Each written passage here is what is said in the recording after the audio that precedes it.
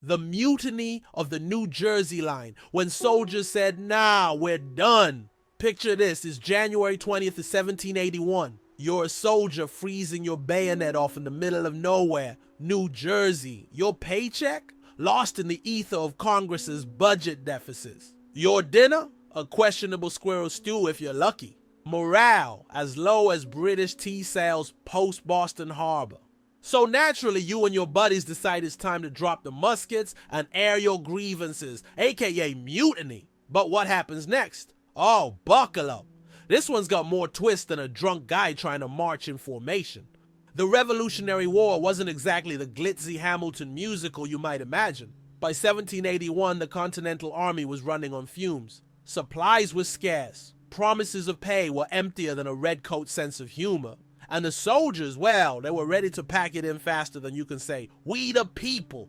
The New Jersey line stationed in Pompton, because who doesn't love a good Jersey winter, had had enough. These soldiers had been fighting for years without proper pay, food, or even boots. Congress kept saying checks in the mail, but spoiler alert, it wasn't. The troops were like, you know what, forget it, we're out. The mutineers, hardened veterans of the war who frankly were tired of fighting for free. Think of them as the first ever union organizers, but instead of picket signs, they had bayonets. George Washington, the guy in charge trying not to lose his mind while holding his ragtag army together with duct tape and sheer willpower. Robert Howe, Washington's loyal general, sent in to squash the mutiny like a parent dealing with a toddler tantrum. It all started when the New Jersey troops saw their Pennsylvania comrades throw a mutiny party just weeks earlier and actually get results. Wait, these guys got pay and discharged? We're doing this wrong, thought the Jersey line. So on a crisp January morning, they said, enough is enough. No money, no musket. The mutineers grabbed their weapons because nothing says peaceful protest like armed soldiers, abandoned their camp and started marching toward Trenton. Their plan, demand justice, or at least some warm bread from Congress.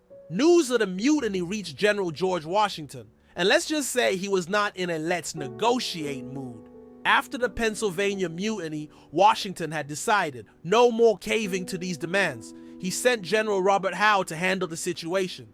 Translation, go show these guys who's boss, but don't escalate things too much. General Howe arrived with loyal troops and a simple strategy, intimidation. He surrounded the mutineers, cut off their escape routes, and issued a stern ultimatum: drop your weapons and go back to your posts or else.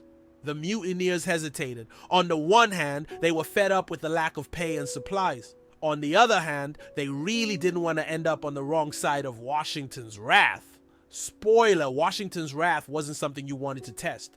Realizing they were cornered, the mutineers surrendered. Howe, under strict orders to make an example of them, did something drastic. Two of the leaders were tried and executed right there in front of their comrades. Harsh? Absolutely. Effective? Sadly, yes. The mutiny was over, but the message was clear. Washington wasn't messing around anymore. The execution sent shockwaves through the army, and the surviving mutineers quietly returned to their duties. Congress, meanwhile, realized they couldn't keep stiffing their troops, so they finally made some moves to improve pay and conditions. As for Washington, he managed to keep the Continental Army together. Barely. The war would rage on, but the New Jersey mutiny served as a grim reminder that even the most devoted soldiers have their breaking point. Lessons learned. Pay your people. If you want an army to fight, maybe don't let them starve or freeze to death. Just a thought. Leadership is hard. Washington walked a tightrope between discipline and compassion. Sometimes he nailed it. Other times, well, this happened.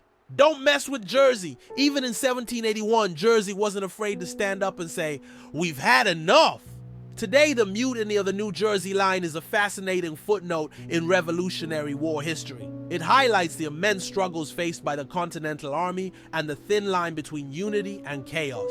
Sure, it wasn't exactly a shining moment, but hey, even revolutions have their bad days. So the New Jersey line decided to stage a mutiny, thinking they'd strong-arm Congress into coughing up some cash.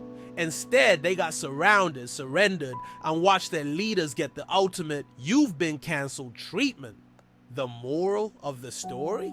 Don't mess with George Washington unless you've got a really solid plan. Oh, and Congress, maybe try paying your soldiers next time. You know, before they start Googling how to unionize an army.